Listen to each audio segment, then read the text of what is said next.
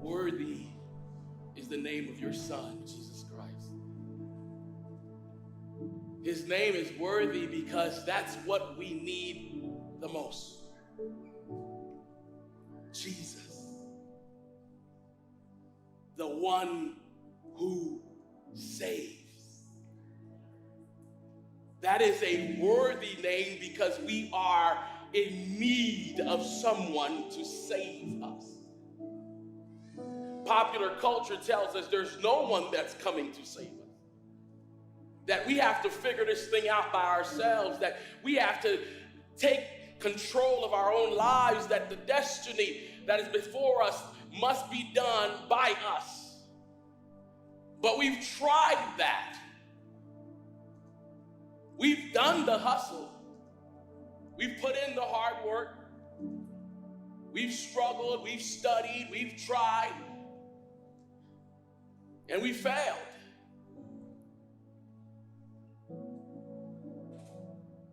We've tried again, and we failed.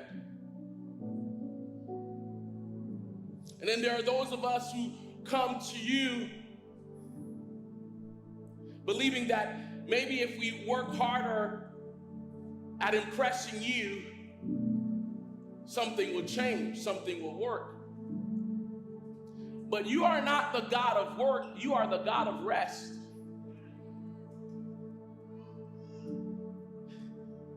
You did not make us to be human doings, you made us to be human beings. You say, be still and know. Not work harder and become. You are the God of Sabbath. It is in resting that we are restored. It is in our inability that you prove your ability. It is in our insufficiency that you prove to be more than sufficient.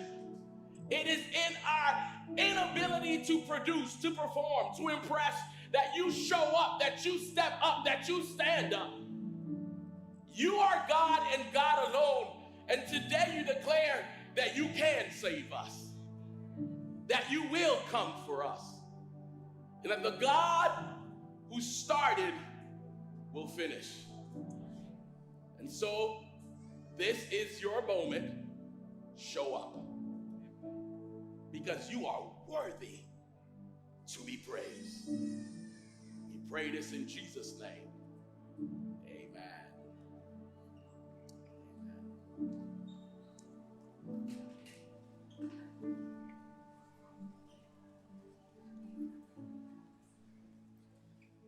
Good afternoon.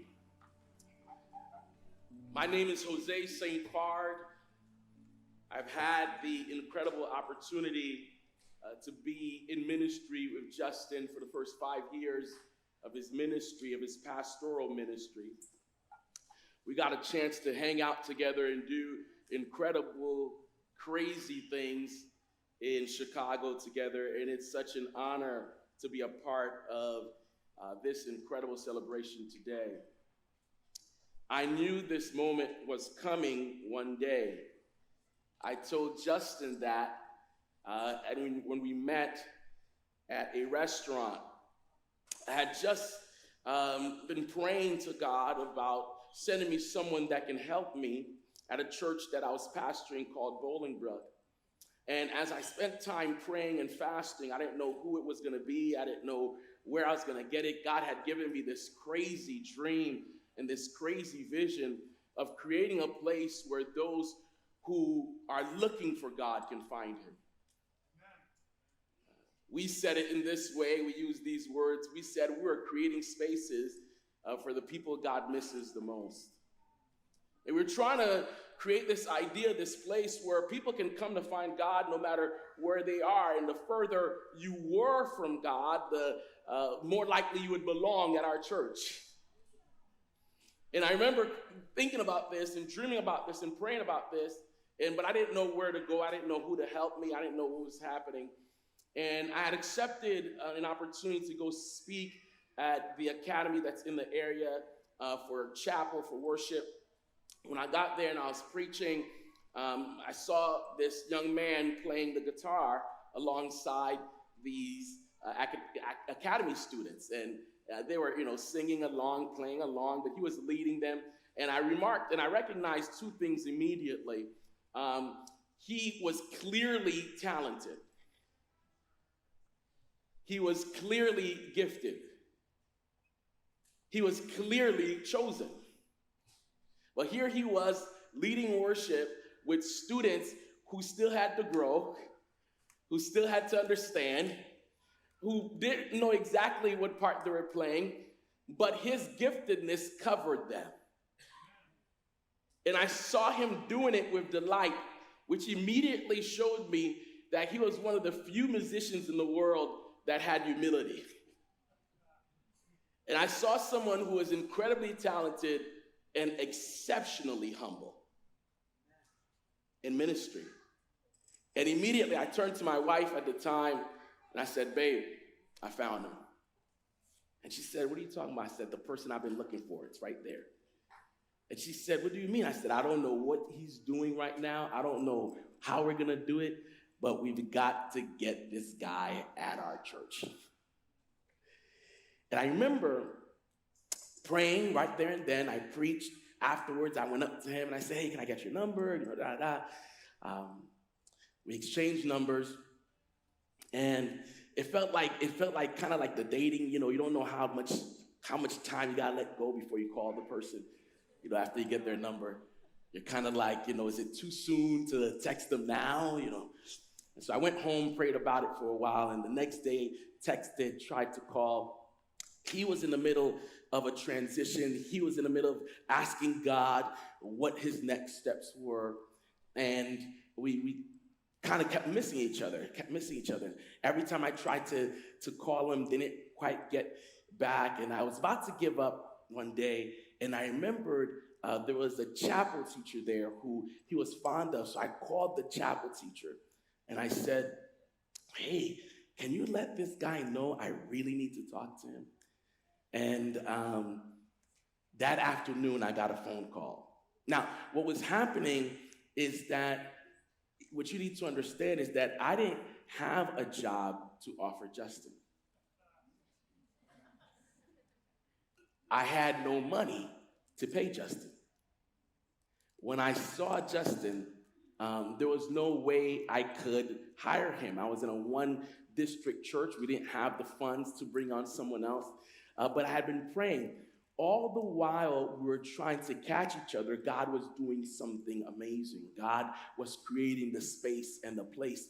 And so by the time Justin finally called me, I had just convinced the board that we could turn our church secretary position into a pastoral sort of like position by making them do both. They could be the church secretary and the worship person.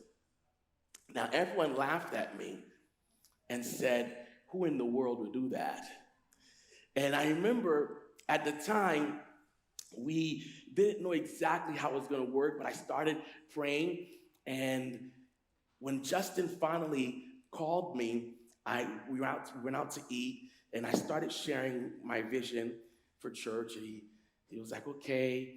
And I remember saying to him, now, this is the crazy thing. All I can offer you is a church secretary position. But what I'm looking for is a worship pastor. And he was like, and I was waiting for him to laugh at me. And he looked at me and said, okay, well, let me pray about it. And I remember when I went back to the board, Justin's name, they looked at me and said, he's willing to do this? I said, I know. I have no clue how, but this is God. But I remember saying to Justin these words, Justin, you're coming in as the church secretary, but you will leave here as the worship pastor. Today, it is an incredible honor to be standing on this stage and witnessing God ordaining Justin as the worship pastor. Could you give God a round of applause, please?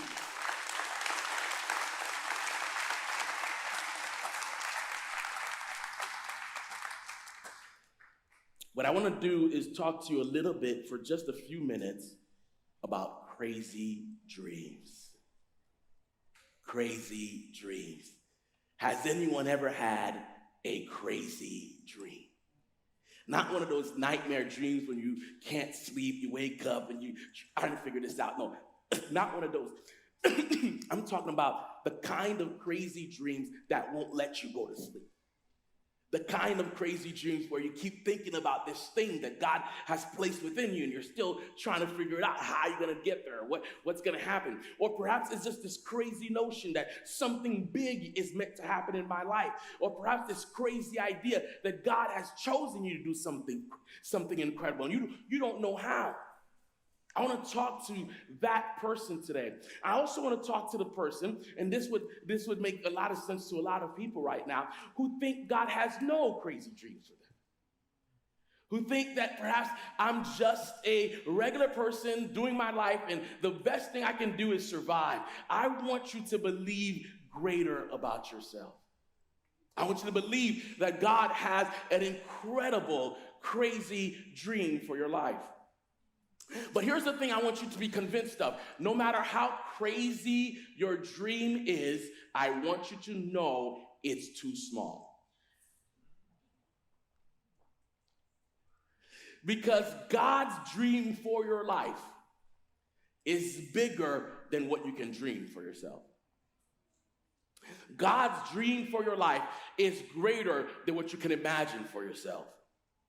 And in fact, while most of us are looking for God in the incredible big moments of life, God often shows up in the small moments of life. God is a God of small beginnings.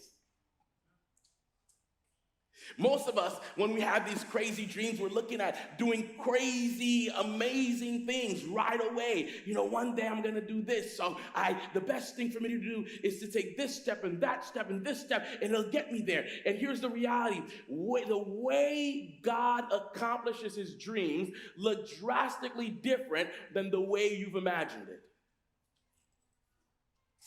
Look at God. In my heart, I said, Lord, send me water. Father, look at God.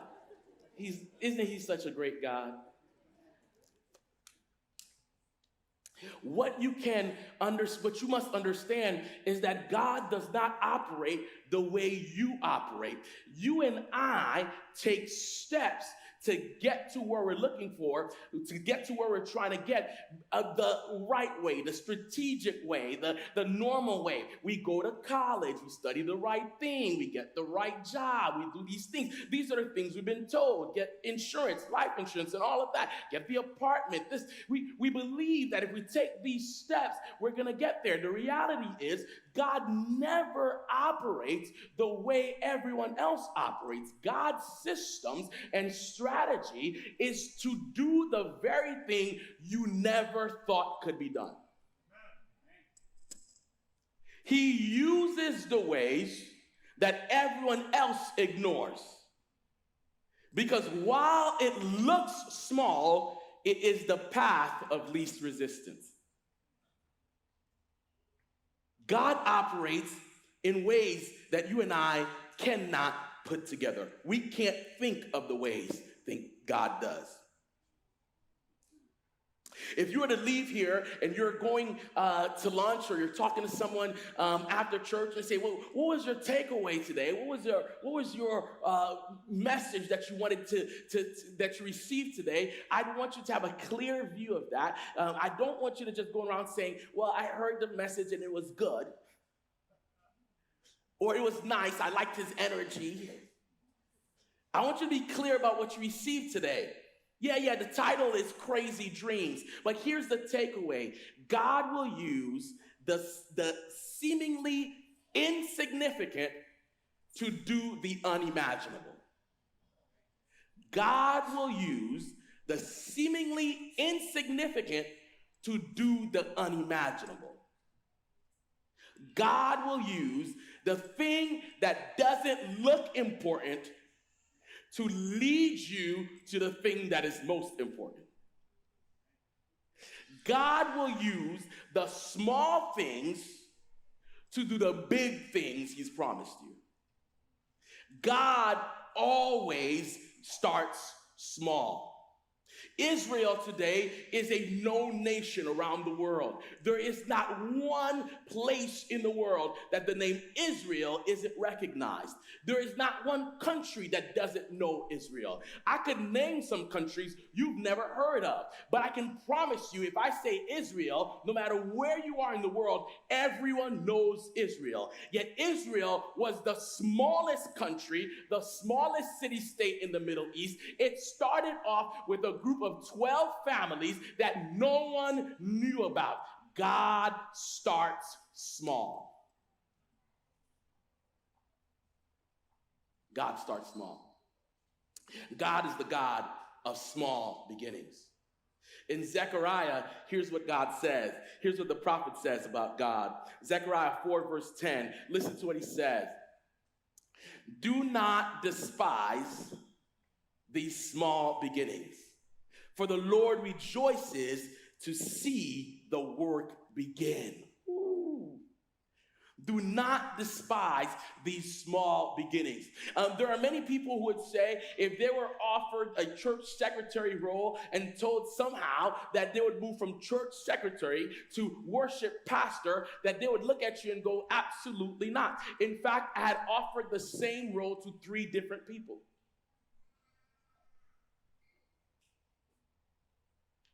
I had offered that role to people who had graduated, who were ready to go into pastoral ministry. One of them said to me, I have to be called pastor. I worked hard for this. I cannot accept this role without being called pastor. I said, well, right now you can't be called pastor. You're the church secretary, but that's where we're going. I promise you we're going to get there. And they said, absolutely not. They went on, they got hired, they worked into ministry, and they are no longer in pastoral ministry today.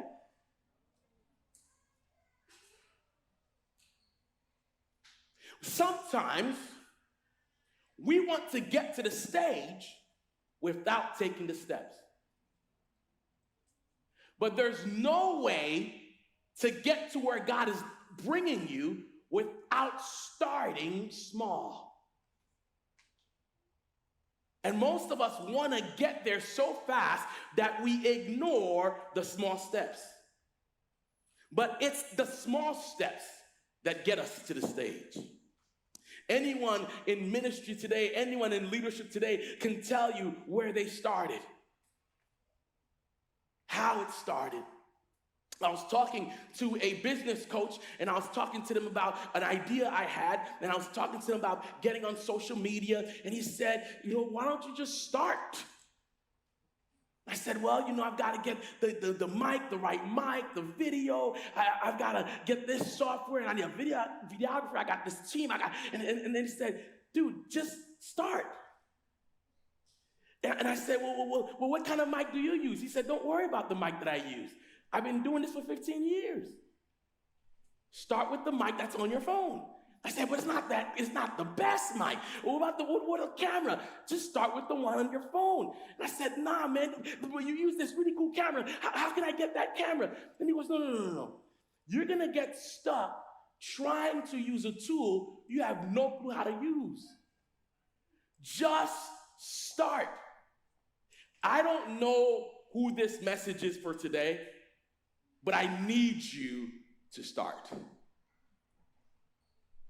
Just start. That business idea you've been thinking about, just start. So many of us hide behind prayer for things God has called us to do.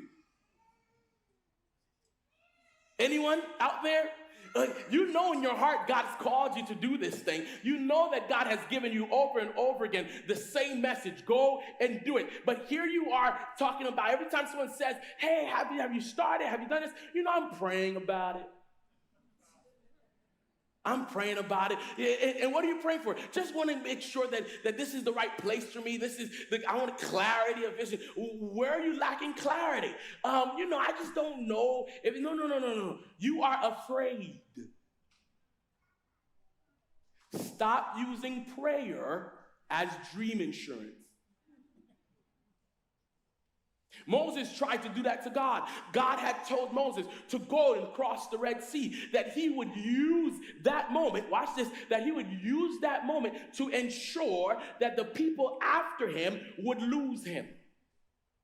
God told them that he's going to trap Moses. He's going to trap them in a place where the army of Egypt will be behind them, the ocean will be in front of them, and it would look like they're stuck. But he's going to use that very moment so that the Egyptians you see today, you will never see again. Exodus 14. God told him, warned him. He gets to the place, he sees the army behind him, the ocean's in front of him, everyone starts yelling at him and screaming, look what you've done. Hello?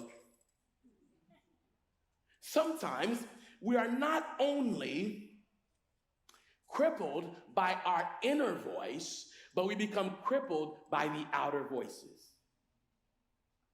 The people around us that are telling us, why would you do this? Why would you accept this role? Why would you start there? Aren't you better than that? This and that. All the voices. I mean, the voices that were talking to Moses would have driven anyone crazy. Here's what they're saying. These are former slaves that have just been rescued out of the hands of a nation that was driving them to complete complete eradication. And yet here are their complaints to Moses. Why would you bring us out here to die? The spices and food in Egypt was way better. Really? That's what you're talking about? God has brought you out of slavery and you're complaining about the onion? It's crazy. But you and I do it all the time. We pray to God, God, all I want is this job. You get the job. And then you go, at my last job. Hello? We're always thinking about what it was like. And God wants you to imagine what it's going to be like. God does things differently. He starts small so that you can understand, watch this, how to behave when you get big. Because if God started with us on the stage, we wouldn't know how to operate with those who aren't on the stage. We wouldn't know how to connect with those who are not on the stage. But the reason why, watch this, anyone who's on the stage has taken the necessary steps to get there. Because I can promise you, if you don't take the necessary steps to get on this stage, you won't stay here long.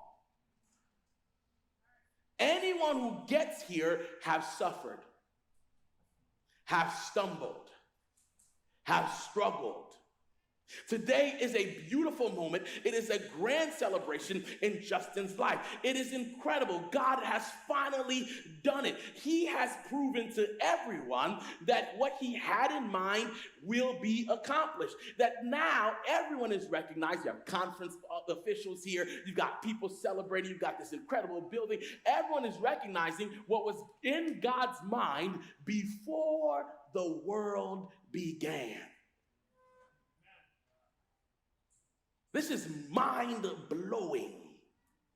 I don't know if you read your Bibles, but my Bible says that God had good works prepared for us in advance. That he thought of us before the world began. Mind-blowing. So God is finally proving it. And he's putting it out on display. But if you were to sit with me after and talk to me about some of the struggles and some of the suffering that Justin and I experienced before Justin got here, and to tell you about the times where it felt like it's better to do away with the God dream, God, keep your dream. if this is how much suffering is involved, if this is how much struggle is involved, the amount of times that Justin has dealt with people who said, you're not called, you're not meant to do this, you're not going to be anything, you're not. Everyone that gets on this stage experiences the same thing. You're not special. Anyone who is called by God is called not to greatness, but to the cross. And it is in carrying our cross that we get the crown. That's why God says, start small. He's the God of small beginnings. Why? Because he loves that the work begins. You hear that? God goes, I'm okay with just the beginning. I'm okay with you just getting started. I'm okay with you accepting the thing that looks insignificant. I'm okay with that. Why? Because every single one of us has a bread and cheese assignment. I know in your mind, you're like, what's a bread and cheese assignment? My Jamaican brothers and sisters would call it a butt and cheese assignment.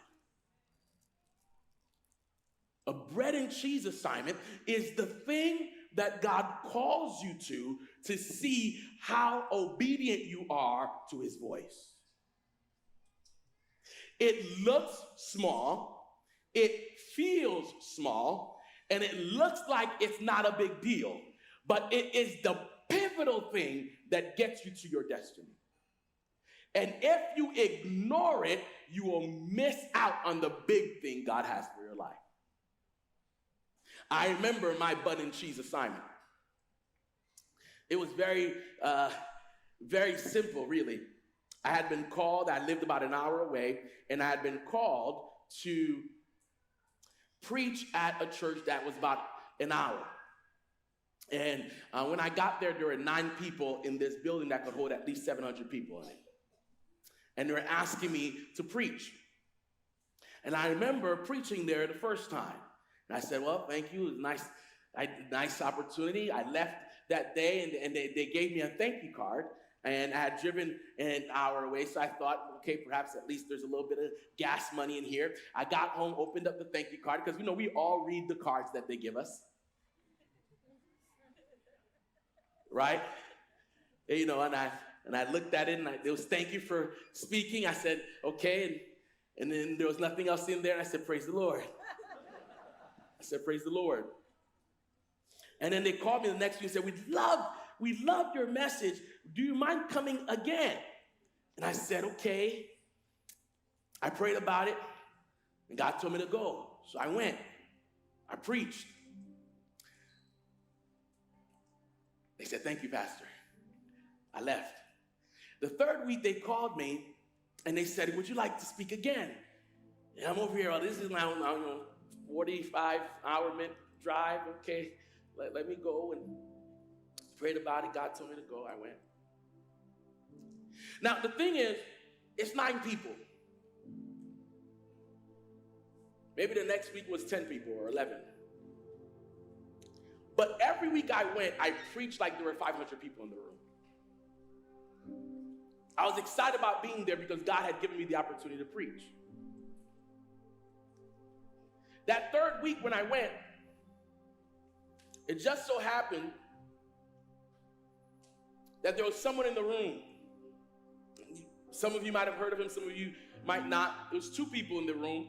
A guy by the name of Terry Johnson, who now works for Adventist Health. And at the time, this gentleman worked for the General Conference. His name was Jose Rojas. They were both in the room that day. And after I preached, Jose Rojas tapped my shoulders and said, you have been faithful in small things. God is about to be faithful with you in bigger things. Now, had I said no, I wouldn't have even that prophetic call and voice over my life. Had I said no, I wouldn't even have had the opportunity to speak and for him to hear me. But because I said yes, a few months later, Terry Johnson was there, and they were about to start something at that church. It was this incredible project they were putting together. And Terry Johnson comes up to me and says, hey, would you like to be a church pastor? I'm like, well, that's the whole reason why I went to school. Absolutely. And I remember getting a phone call a month later, and I was offered that same church to become their pastor. Within a year of being there, we had taken those people and we had grew the church to about 200 people. And it just so happens that the person that was at the conference that had called me received a call to be the president of the Illinois conference the next year. And he gave me the opportunity to become the pastor of the Bolingbrook Church, where I got the chance to meet Justin. Here's why I call it a bread and cheese assignment. The reason why is in 1 Samuel 17, verse 17. Listen to it. We're not going to read the whole thing, but listen to this. It says, now Jesse said to his son David, take this ephah of roasted grain and these 10 loaves of bread for your brothers and hurry to their camp. Take along these 10 cheeses to the commander of their unit. See how your brothers are and bring back some assurance from them. They are with Saul and all the men of Israel in the valley of Elah, fighting against the Philistines. Early in the morning, David left the flock in the care of a shepherd, loaded up and set out as Jesse had directed. He reached the camp as the army was going out to its battle positions, shouting the war cry. Israel and Philistines were drawing up their lines facing each other. David left his things with the keeper of supplies, ran to the battle lines and asked his brothers how they were. As he was talking, someone say, as he was talking with them, Goliath, the Philistine champion from Gath, stepped out from his lines and shouted his usual defiance, and David heard it. Whenever the Israelites saw the man, they all fled from him in great fear. Now the Israelites had been saying, do you see how this man keeps coming out? He comes out to defy Israel. The king will give great wealth to the man who kills him. He will also give him his daughter in marriage and will exempt his family from taxes in Israel. Woo, Lord, give that gift to me. David asked the man standing there, what will be done for the man who kills this Philistine and removes this disgrace from Israel? Who is this uncircumcised Philistine that he should defy the armies of the living God? David would have not been king had he said no to his father and asked, why are you asking me to go give bread and cheese to my brothers? Why would you tell me to leave my sheep and leave my job and leave my role to go take care of brothers who obviously don't even like me? Why would you tell me to do that when just a few months ago, the prophet was here in this very house and the prophet anointed me as king? He rejected my brothers. Why are you making me serve people that were not chosen? Why are you telling me to do something that doesn't look like where God is leading me? Because in order to get to where God is leading you, you must start small. In order to get to where God is calling you, you must do the thing that looks insignificant, because it is in those insignificant things that God brings about his bigness, his greatness, his goodness. It is in the small things that God shows up. Had David said no, he would not have made it. Now, the band is here, so it's set. The stage is ready. Here's what's happening. Emotionally, you're feeling all sorts of things. You're thinking, you're listening, you're hearing, your brain is ready for that aha moment, for that next step. And here it is. Watch this. Some of us, we're willing to listen to God. We're willing to do the small thing. But what we do is we drag our feet.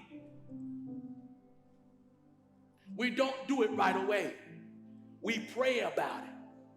When God told Moses, here's what I'm going to do, and the Israelites started crying out and complaining, Moses cried out to God. Moses started praying. And this is the only place in the Bible God told the man, stop praying. Moses said, God, help me. God said, why are you praying? Why are you crying out? This Did I not tell you? Did I not already say this to you? Go. Some of you need to hear this. Delayed obedience is disobedience. If you take time to do what God told you to do, you will miss out on what's yours. Listen to what the Bible says. It says David got up when? Early in the morning. If David had not gotten up early in the morning, he would have missed Goliath.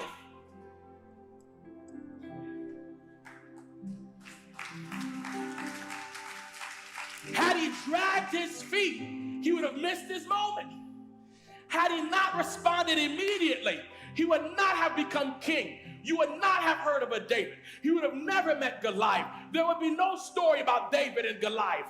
But because he woke up early in the morning, he set out, he got up, he obeyed what his father told him. He took on his bread and cheese assignment. Because of that, he got there in time to hear what Goliath did every day. Stop dragging your feet. Start today. Listen to what God is calling you to do. Why? Because whenever God tells you to do something, I can promise you he will finish it. Justin Alabada today is standing here because the God who starts small always finishes the job big. The God who starts small always finishes big. When Justin and I had gotten to Bolingbrook, there were about 40 or 60 people there. There were barely people that knew how to play the guitar. I remember Justin would start, he didn't know how to move from a traditional to contemporary. Actually, I should say he knew how to do it. I didn't know how to do it. I wanted him on stage. But do you know what Justin did when he first got to church? He knew the folks at Bolingbrook at the time wouldn't accept the guitar and the drums and all of that. So Justin got on the front row of the church. He got in the front pew, set up his bass, and all he did from the front pew, everybody had their little piano and singing the hymns, and just in the front pew would go, and people you could hear, they're singing, blessed assurance, Jesus is mine. Oh, what every week, Justin just got in the front row. He didn't do anything. He didn't call anybody. He didn't say, we're going to change this. No. He just got there and started changing, started building relationships. But he did it from the pew. Before he ever got on the stage, he started. What are you waiting for? Just start. No, they won't accept you. No, they won't like you. No, it's not going to be easy. But start wherever you are. Just start. Because today, Justin is being ordained as the worship pastor in this very building. This don't look small to me. This looks like the dream we had dreamed about. And here he is living it. Here's the promise, Philippians. Look what he says, 1 verse 6. And I am certain that God who began the good work within you will do what? Continue his work until it is finally finished on the day when Jesus Christ returns. God will do it. But he won't do it the way you want him to do it. He'll do it in a way that doesn't look like it's going to get done. Some of you are living in the midst of your prayers and you don't realize it. You've been asking God for the perfect wife or this incredible husband or the best job. And what you don't understand is that you're in a job that's giving you problems. You're in this space where no one recognizes who you are. And you're going, God, why am I stuck here? You're in the very place he wants you to be because he's forming your character. He's shaping you. You're going, God, why can't I find someone? Why is it every relationship ends like this? You're learning what it means to be a husband. The Bible says, watch this. This is for the ladies. The Bible says, he who findeth a wife finds a good thing, Do you know you hear what it says? It doesn't say he who finds a woman, it says he who finds a wife. That means before you become someone's wife, you have to know what it means to be a wife.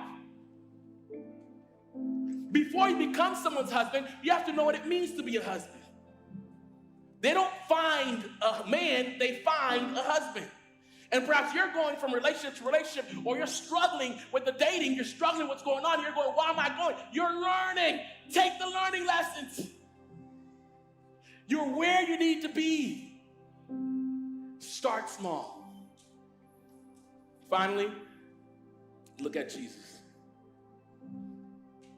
Philippians 2, verse 6 to 11. Though he was God, he did not think of equality with God as something to cling to. He was there. He was God. He didn't have to leave it, but he thought, I'm never gonna get them to embrace me. I'm never gonna get them to understand who I am if I stay here. Though he was God, he gave up his divine privileges. He took the humble position of a slave and was born as a human being. When he appeared in human form, he humbled himself in obedience to God and died a criminal's death on a cross. I don't think you understand the depths of that. God, the Almighty, gave up his divine privileges and became one like us. I don't think you understand the depth of salvation that has been offered to you. I don't think you've grasped what God has done. His proclamation from Genesis is that man would become like God. But you couldn't do it. We fell short of his glory. And so he said, my dream is that you and I are the same thing. If you can't become like me, I'll become like you. So though he was God, he became human. He wanted to reconcile you. He wanted you and I to be the same. He wanted God and you to be friends. And so he said, look, I'm trying to bring you to my holiness. I'm trying to draw you into relationship with me. But you keep thinking, watch this, you keep thinking your mess keeps you from me. So what I'm gonna do is I'm gonna join you in the mess. Oh, y'all not ready. Y'all thought because the conference was here, I was gonna behave? Listen, you guys are not ready. God, watch he did. God took on a criminal's death. The Bible says he who had no sin became sin. Isaiah says he was counted amongst the transgressors. The way God united man and God is not by making man holy. It is not by bringing man up to the stage. It's by God getting off the stage. God became sin so that you and I can become the righteousness of God. He joins you in your mess. He doesn't just sympathize with you, he empathizes with you. He became a criminal.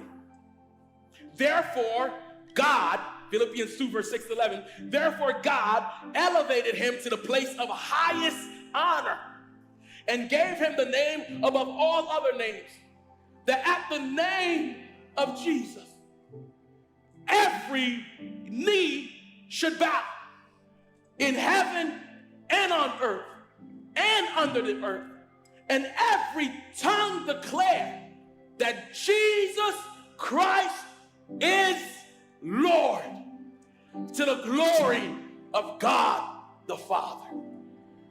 He became like one of us so that you can become like him. I don't know who I'm speaking to today. Today, Justin is about to be ordained. That is, he's going to be set apart. That is, we're going to recognize as human beings that God had done this before the world began, and we're going to pray over him. But before we do that, I want to pray over you. I want to pray over someone today who's been struggling to start. Perhaps it's an endeavor, perhaps it's a relationship, perhaps, I don't know what it is, but I'm asking you to go and start. But I also know there's someone in here who's been saying for a long time, I'm going to give Jesus my life. I'm going to stop trying to do this thing on my own. I'm just going to surrender to God. And you've been saying this for a long time, but you said, I'm not good enough. I'm still struggling with this. I don't know how to get this done. I don't know what this is. And I don't know what. And here I am telling you, you don't have to be perfect because he already met you in your imperfection. You don't have to worry about how it's going to happen because he will finish the job. You don't have to wonder if you're still going to struggle because he's already decided to struggle alongside you. You just have to start. So there's two things I want you to do today.